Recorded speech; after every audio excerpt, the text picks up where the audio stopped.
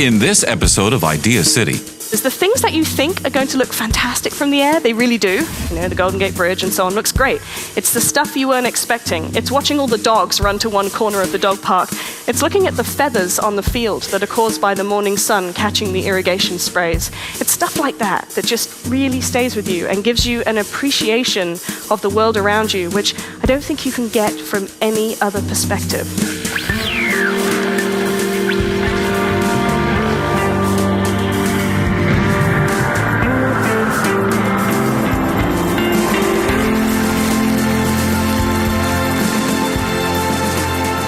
Idea City, the smartest people, the biggest ideas.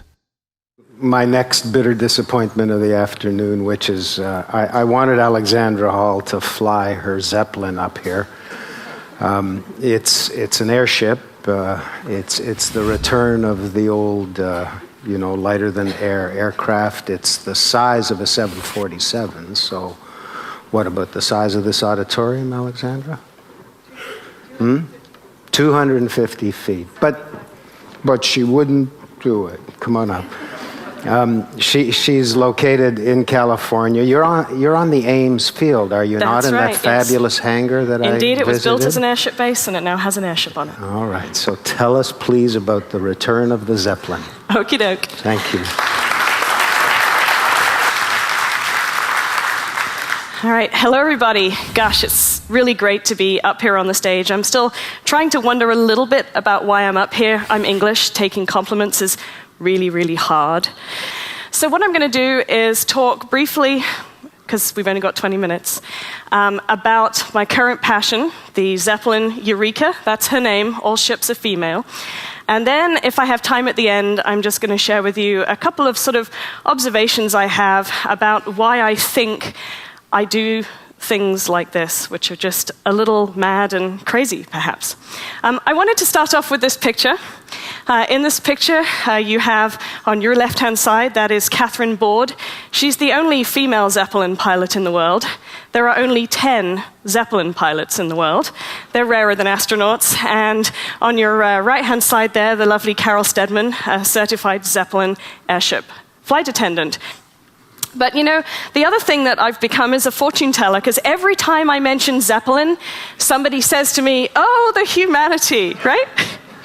So for those scientists among you, here we have a chart showing you how the humanity increases as the altitude of the Hindenburg decreased.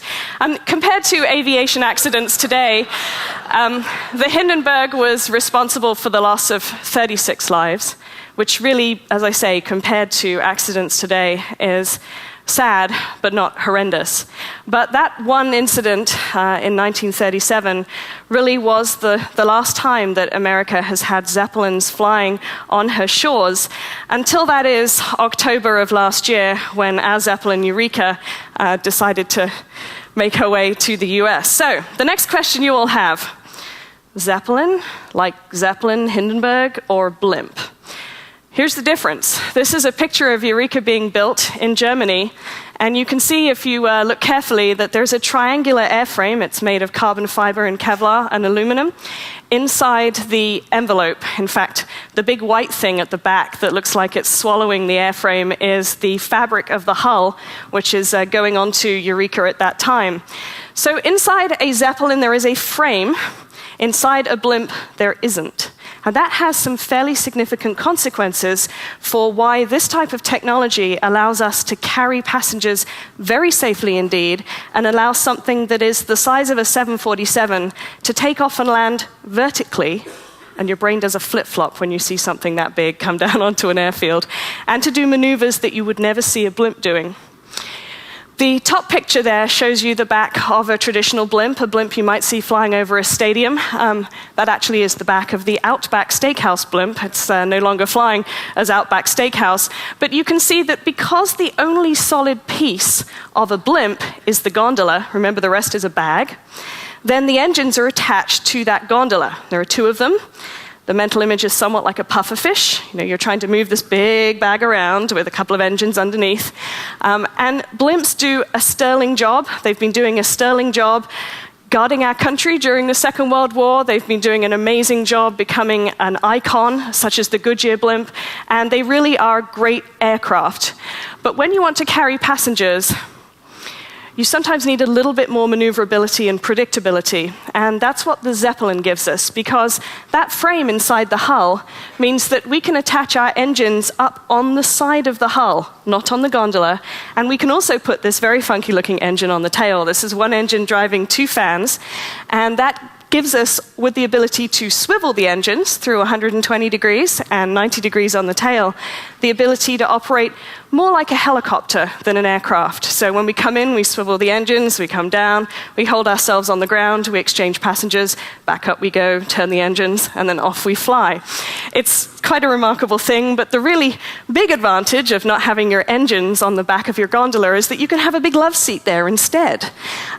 This is 4 sisters in Germany looking out the back of our sister airship, actually, airship number 3 that's flying in Germany right now. Gives you an idea of the panoramic views.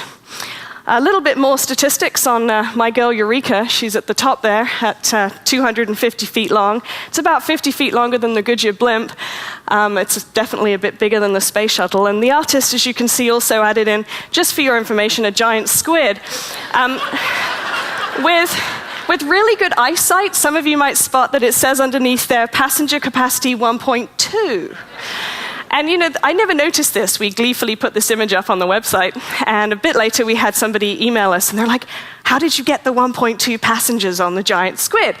So I went back to the artist, and the artist said, well, you know, I looked online, and I discovered how much food a giant squid consumes every day, and I figured out how much must be sitting inside the giant squid at any point in time, and it was about 1.2 people's worth.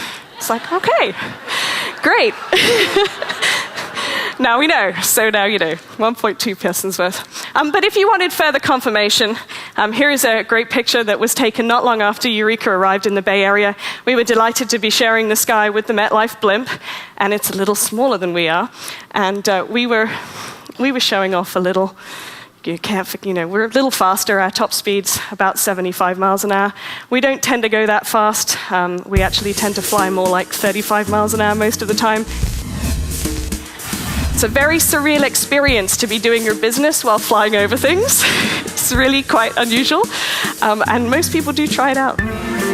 Get the latest Idealist news, presenter information, and watch streaming video at www.ideacityonline.com. Idea City, the smartest people, the biggest ideas. So going inside Eureka, what's really wonderful is because those engines aren't stuck on the back, it's really quiet inside. In fact, it's quieter than being on a normal commercial airline. They're 50 feet above you. They're very small engines, the kind of engines you would find on a Cessna, a couple of 100 horsepower. And we can open the windows. So you can do the dog, stick your head out, let the wind blow your hair back. People do that. It's fun. You have to tell them to hold on to their toupees and their glasses and small children because it's 35-mile-an-hour wind out there, so we have to be careful of that. But the view inside is wonderful, and you're strapped in the seats for about a minute for takeoff until we reach 1,000 feet, which is our usual cruising altitude. And then you're free to get up, walk around, look out the windows, take pictures. There's even a restroom on board. The loo with a view has a window. It's a very surreal experience to be doing your business while flying over things. It's really quite unusual. And most people do try it out. They're like, oh, look, there's a toilet. So you don't have to miss anything, which is just great. What I thought I'd do is just show you a little video here, which is a day in the life of our airship. This was when we were down in Long Beach. This is early in the morning. You see the marine layer is clearing back. The airship is kiting on her mast in the wind. Soon you'll see the sun coming out as the fog gets blown away. And then you'll see passengers come out, and suddenly off she goes. And if you look carefully in the middle of the frame, you'll see passengers come out. There they are. Down she comes, off she goes. And so we would do that 11 or 12 times a day. In a minute, she's going to come down and go back over to the mast and refuel, because we have to do that at some point. I think this is the next one. It was a long day in Long Beach. So she'll come back down over to the mast, so we go refuel, And then this time went off for quite a long journey. You'll see the sun is going to come across the sky in a minute. And what I want you to watch out for is at the end of this particular day, this was a fun day. We ended up going over the Hollywood sign and talking to the Burbank Air Traffic Control and demonstrating our stuff to them. We actually did a night flight, and we came in, and you'll see if you look over to this side, the masts go up. There we go, and there she comes in. So that's a day in the life of Eureka, and that's what she's doing any flyable day. We are flying passengers around the San Francisco Bay Area, the wine country, Monterey, down in Los Angeles. But that's not all we're doing. You saw on the side of that ship that she had advertising. I'll talk a little bit more about that in a moment. And also, it's an incredibly unique and stable aviation platform, and that makes it uniquely suited to doing a number of scientific experiments, particularly environmental ones that might involve sampling the air. We're flying at 1,000 feet. That's a great altitude for sampling pollution, maybe across the course of a day as we're flying backwards and forwards with passengers. So there are many things that we can do with this airship, and she's only been with us flying since the beginning of November in America, so we have a lot more to do. Most of the people that fly with us are celebrating. They are celebrating a birthday. We have 3 generations in a picture there for the grandfather's birthday. Proposals. This was the first marriage proposal on Eureka. This was actually in Holland before Eureka came to America. We've had multiple marriage proposals now. The one at the bottom actually ended up being live on CBS purely because this couple, by pure accident, happened to be on a flight that we had a camera crew on. And actually, a famous Segway user Woz and his wife Janet were also on that flight. They'd been on the airship for 3 hours. They came up for 1 hour, loved it so much that they called down and said, "Can we stay on for the next 2 hours?" And as we had space, we had them do that. So it was an amazing flight. We've had our first wedding on the airship. It was an air traffic controller. We hope to do more of those. And the views out of the back, well, out of any window on the Zeppelin, are just astounding.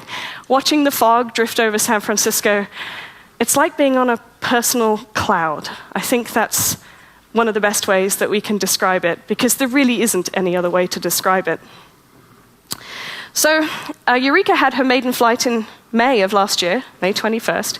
Photoshop did wonders to brighten this picture up. It was a really cold, grey day. We were all in Friedrichshafen in Germany. Friedrichshafen is where the Zeppelin company is. Yes, it is the Zeppelin company. They have been around for 100 years. And Eureka is the 4th Zeppelin NT, stands for New Technology, that they have built. Actually, there's a joke that the prototype didn't have a toilet, so everyone said it stood for Zeppelin, no toilet. But this one does have. So Eureka was the 4th ship out of the hangar and took 18 months to build.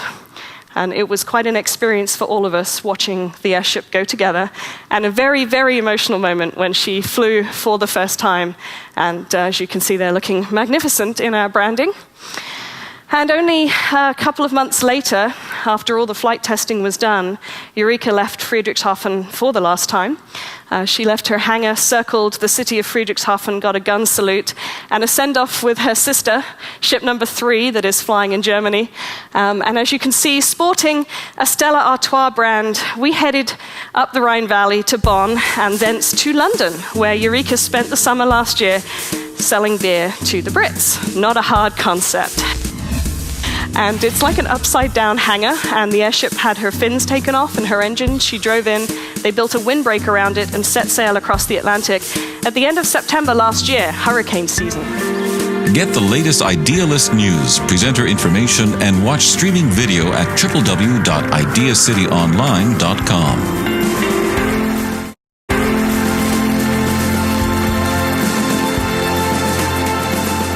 Idea City, the smartest people, the biggest ideas. What I wanted to do is just focus a little bit on that advertising. This video here gives you a bit of an idea of the sheer physical size of this airship. There are 4 guys working on this. This is putting the Disney Up branding on. You can see that they're putting on only in theaters right now.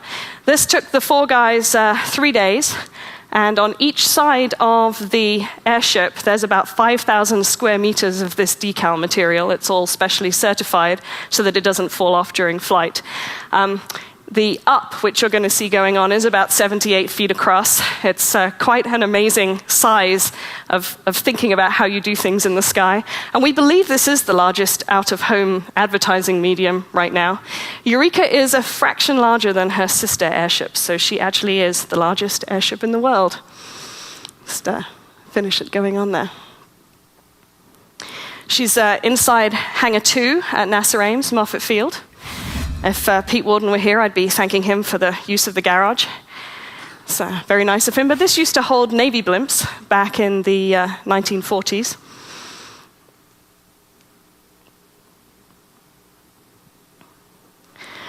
The German ship, for a while, carried public art, and that's something which I'd really love to do, is to find a foundation to work with, to come up with 4 artists to create, use the airship as their canvas and fly around the bay for a year doing something like that. That would be a lot of fun. But for right now, we'll sell our soul to pretty much anyone that wants to advertise on the airship, and they're just finishing. So for those of you that haven't seen the Up movie, go see it. It's an incredible movie.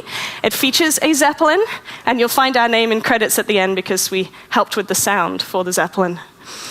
This is a picture of her in London, one of my favorite pictures of the Zeppelin at sunset.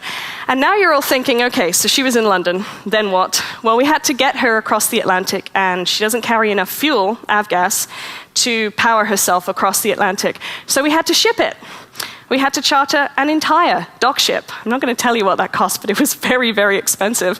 And it's like an upside-down hangar, and the airship had her fins taken off and her engine. She drove in, they built a windbreak around it, and set sail across the Atlantic. At the end of September last year, hurricane season, and we were coming into a port in Texas, actually the port of Beaumont, which was hit by a hurricane not very long before we got there. So some of us weren't watching the weather for about a month, because we didn't want to know what was going to happen. But anyway, Eureka successfully got to Texas, where my team met her, put her back together, and then they flew her to California. It took 7 days, and this is a really amazing shot through the back of the Zeppelin. The big depression at the top there is the Banning Pass. That's our way of getting under the Rockies and into Southern California. We can't go high enough to go over them, so we came through that pass, and on the day we came through the pass, we had a tailwind, which is almost unheard of. It was like someone was pushing us into California. And then we came up through California, and what I wanted to show you this picture for is because what's unusual about when you're up in the airship is the things that you think are going to look fantastic from the air, they really do. You know, the Golden Gate Bridge and so on looks great. It's the stuff you weren't expecting. It's watching all the dogs run to one corner of the dog park.